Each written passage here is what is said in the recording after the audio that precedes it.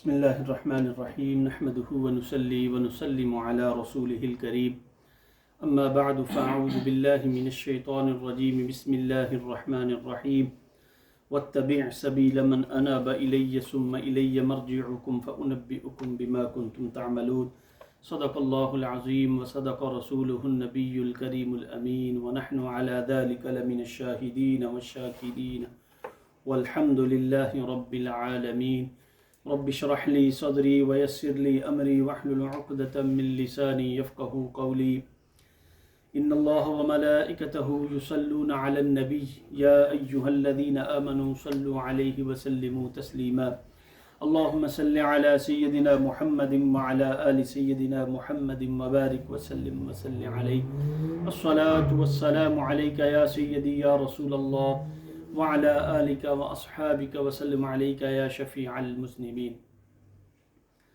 سامعین ذی وقار، اللہ رب العزت کا لاکھوں بار شکر ہے کہ ہم جمعۃ المبارک کی اس بابرکت محفل میں اور مسجد شریف کے ماحول میں اللہ کی بارگاہ میں حاضر ہیں۔ یہ ایک مسلمہ حقیقت ہے کہ انسان اپنے ارد گرد کے ماحول سے جس قدر متاثر ہوتا ہے اتنا زیادہ وہ کسی اور چیز سے متاثر نہیں ہوتا۔ انسان کے ارد گرد کا ماحول جیسا ہوتا ہے، اس کے دوست احباب، اس کی مجالس جس نوعیت کی ہوتی ہے، انسان کی طبیعت پر بھی عموماً ایسے ہی اثرات مرتب ہوتے ہیں۔ اگر انسان کی صحبت میں، انسان کے دوست احباب میں، اس کی مجالس میں، اس کی محافل میں خیر کا عنصر، بلائی کا عنصر، اچھے لوگ شامل ہوں گے تو انسان کی جو طبیعت ہوتی ہے وہ نیکی اور تقوی کی طرف مائل ہوتی ہے۔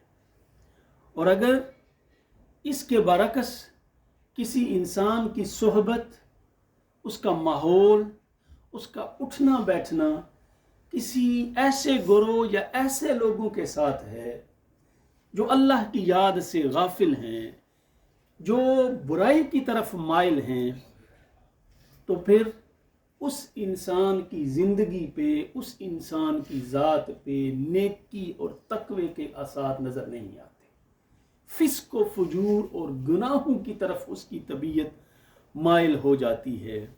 آج کی اس نشست میں اختصار کے ساتھ ہم یہ دیکھیں گے کہ نیک لوگوں کی صحبت جو ہے اس کے فوائد و ثمرات کیا ہوتے ہیں۔ ہر شخص کی، ہر انسان کی یہ تمنا ہوتی ہے کہ میں ایسا راستہ اختیار کروں، میں ایسا طریقہ اختیار کروں کہ جو خطرات سے بھی خالی ہو اور اللہ کے حضور بھی مجھے پیش کر دے، خطرات بھی نہ ہوں اور اپنی منزل بھی میں پا لوں۔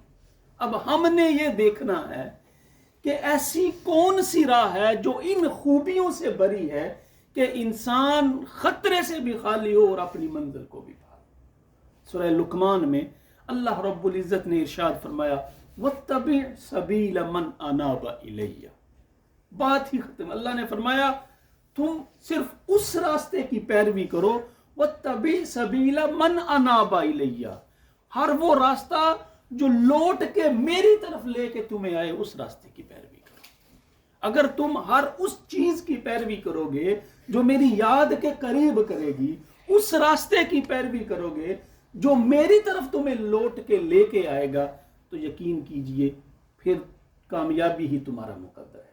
اور جیسے نہیں ہوتا، کاشنز بتا دیا جاتا ہے، پھر فرمایا اگر تم ایسا نہیں کرو گے وَاتَّبِعْ سَبِيلَ مَنْ أَنَابَ إِلَيَّ ثُمَّ إِلَيَّ مَرْجِعُكُمْ، راستہ تمہارے پاس ایک ہی چوائس ہے کہ اس راستے کی پیروی کرو جو راستہ کدھر جاتا ہے، اللہ کی طرف جاتا ہے، جو اس کے قریب کرتا ہے۔ اگر ایسا نہیں کرو گے تو پھر یاد ثُمَّ إِلَيَّ مَرْجِعُكُمْ، لوٹ کے تم نے میرے پاس ہی آنا ہے، بھاگ نہیں تم سکتے۔ فَأُنَبِّئُكُمْ، جیسے نہیں آپ بلڈنگ میں جاتے ہیں تو لگا ہوتا ہے CCTV ان آپریشن، اب اللہ بتا فَأُنَبِّئُكُمْ بِمَا كُنْتُمْ تَعْمَلُونَ، یاد رکھو پھر میں تمہیں آگاہ کروں گا کہ تم کیا کیا کرتے تھے، کیا کیا کرتے تھے، کیا کیا گل کھلاتے تھے، کیا کیا نیکی کے کام کرتے تھے، ساری تصویر کشی میں تمہیں بتاؤں گا اس دن۔ اور اب ہم اللہ کی بارگاہ سے پوچھتے ہیں اللہ پھر وہ کون سا راستہ ہے جو تیری طرف ہمیں لوٹ کے لاتا ہے؟ فرمایا اہدنا الصراط المستقیم، اللہ سے دعا مانگو اس راستے کی جو صراط مستقیم ہے۔ اور وہ کون سا راستہ؟ صراط الذین انعمت علیہم، ان لوگوں کا راستہ جن پہ تو نے انعام کیا، اور وہ کون ہے؟ وہ من النبیین والصدیقین والشہداء والصالحین وحسن اولئک رفیقا، نبیین ہیں، انبیاء ہیں، صدیقین ہیں، شہداء ہیں اور نیک لوگ ہیں جو، اور پھر فرمایا وحسن اولئک رفیقا، ان میں سے کسی کی بھی تعلیمات کی تم پیروی شروع کر دو تو یہ کہ وحسن، کتنا خوبصورت تم نے انتخاب کیا ہے اپنی دوست۔ ان لوگوں کی طرف نہ جانا جن کے دل میں فی قلوبہم مرض فزادہم اللہ مرضا، جن کے دل میں اللہ رب العزت نے مرض کو رکھ دیا ہے، بیماری کو اللہ رب العزت نے ان کے دلوں کو الجھا دیا ہے۔ اور پھر بڑی خوبصورت مثال بخاری شریف میں حدیث ہے، حضرت ابو موسیٰ رضی اللہ تعالیٰ نے بیان کیا، نبی اکرم صلی اللہ علیہ وآلہ، میں نے کہا نا دین کا دستور ہی نرالا ہے۔ فرمایا مثل الذی یذکر ربہ والذی لا یذکر ربہ، ہم کہتے ہیں یہ زندہ ہے یہ مردہ ہے، قرآن اللہ کے نبی فرماتے ہیں اس شخص کی مثال کہ جس کا دل اللہ کی یاد سے تر و تازہ ہے، اور اس شخص کی مثال جس کا دل اللہ کی یاد سے غافل ہے، ایسے ہے جیسے ایک طرف مردہ پڑا ہوا ہے اور ایک طرف زندہ پڑا ہوا ہے۔ مثل الذی یذکر، اس بندے کی مثال جو اللہ کو یاد کرتا ہے، والذی لا یذکر ربہ، جو اللہ کی یاد سے غافل ہے۔ فرمایا مثل الحی والمیت، ایک طرف مردہ ہے اور ایک طرف زندہ ہے۔ اب ہم نے یہ دیکھنا ہے کہ ہمارا شمار کن لوگوں میں ہوتا ہے، کیا مردوں میں ہوتا ہے کیا زندوں میں ہوتا ہے؟ اور آپ قربان جائیں، آقا علیہ الصلوۃ والسلام تشریف فرمایا نا، فرمایا الا انبئکم بخیارکم، اور کیا میں تمہیں یہ نہ بتاؤں کہ تم میں بہترین لوگ کون سے ہیں، خوبصورت اچھے لوگ کون سے ہیں؟ فرمایا قالوا بلا یا رسول اللہ صلی اللہ، یا رسول اللہ کیوں نہیں، بتائیں نا کہ میری امت میں، ہمارے معاشرے میں، ارد گرد کے لوگوں میں کون سے اچھے لوگ ہیں؟ تو آقا علیہ الصلوۃ والسلام نے یہ نہیں کہا جس کے پاس زیادہ مال ہو، جس کے پاس یہ ہو، جس کے پاس گاڑیاں ہوں، نہیں، دین کا دستور ہی نرالا ہے۔ فرمایا خیارکم الذی اذا رأوا ذکر اللہ، تم میں بہترین لوگ وہ ہیں کہ جب تم ان کے چہرے کو دیکھو تو تمہیں اللہ یاد آ جائے، ان کا اٹھنا، ان کا بیٹھنا، ان کا چلنا، ان کا پھرنا اللہ کے لیے ہو، اللہ کی یاد میں، اور جب تم ان کے چہرے کی طرف دیکھو تو تمہیں اللہ یاد آ جائے۔ اور یقین کیجئے انسان جس قسم کے ماحول میں ہو وہ اسی ماحول میں رنگا جاتا ہے۔ اگر آپ کا اٹھنا بیٹھنا نیک لوگوں کے ساتھ ہے تو یقین کیجئے خود بخود آپ کے دماغ کی گھنٹی نیکی کی طرف بجنا شروع ہو جائے گی۔ اور اگر آپ کا اٹھنا بیٹھنا نیک لوگوں کے ساتھ نہیں ہے، برائی کی طرف ہے، ایسے لوگوں کی طرف ہے جو نیکی سے دور بھاگتے ہیں، تو یقین کیجئے یہ بڑے بڑے گناہ آپ کو چھوٹے چھوٹے لگنا شروع ہو جائیں گے۔ اور شیخ سعدی نے بات سمجھانے کے لیے بڑی ایک خوبصورت حکایت بیان کی ہے۔ کہا میں دکان پہ گیا تو میں نے مٹی دیکھی، بڑی خوشبودار مٹی تھی، تو میں نے بات سمجھانے کے لیے یہ حکایت بیان کی جا رہی ہے۔ کہا میں نے مٹی سے پوچھا مٹی یہ بتا کہ تو عنبر ہے، تو عود ہے، تو کیا چیز ہے؟ تو کہتے ہیں مٹی بولی نہ میں عنبر ہوں، نہ میں عود ہوں، نہ میں کوئی خوشبو ہوں، بات صرف اتنی ہے کہ اس دکان والے نے مجھے پھولوں کے پاس رکھ دیا، اب پھولوں کی خوشبو کو میں نے جذب کر لیا، اس پھولوں کی خوشبو کو جذب کرنے کے بعد وہ میرے اندر سے خوشبو آنا شروع ہو گئی۔ آپ اللہ والوں کے ساتھ علماء کی مجالس میں مساجد میں بیٹھنا شروع کر دیں، یقین کیجئے دل کی دنیا بدلنا شروع ہو جائے گی۔ کبھی کبھی مسجد میں آئے نا، نماز سے 5 منٹ پہلے آ جائیں، یہاں ہمارے حافظ صاحب درس دے رہے ہوتے ہیں، بچوں کو پڑھا رہے ہوتے ہیں، یقین کیجئے موتی بکھیرے جا رہے ہوتے ہیں۔ ویسے تو نہیں آ سکتے، نماز کے لیے آتے ہیں 10 منٹ جلدی آ جائے، وہ بچوں کو درس دے رہے ہوتے ہیں، آپ بیٹھ کے سننا شروع کر دیں، پاس ہی بیٹھ جائیں، یقین کیجئے انسان کا ایمان تازہ ہو جاتے ہیں۔ اور پھر آقا علیہ الصلوۃ والسلام نے فرمایا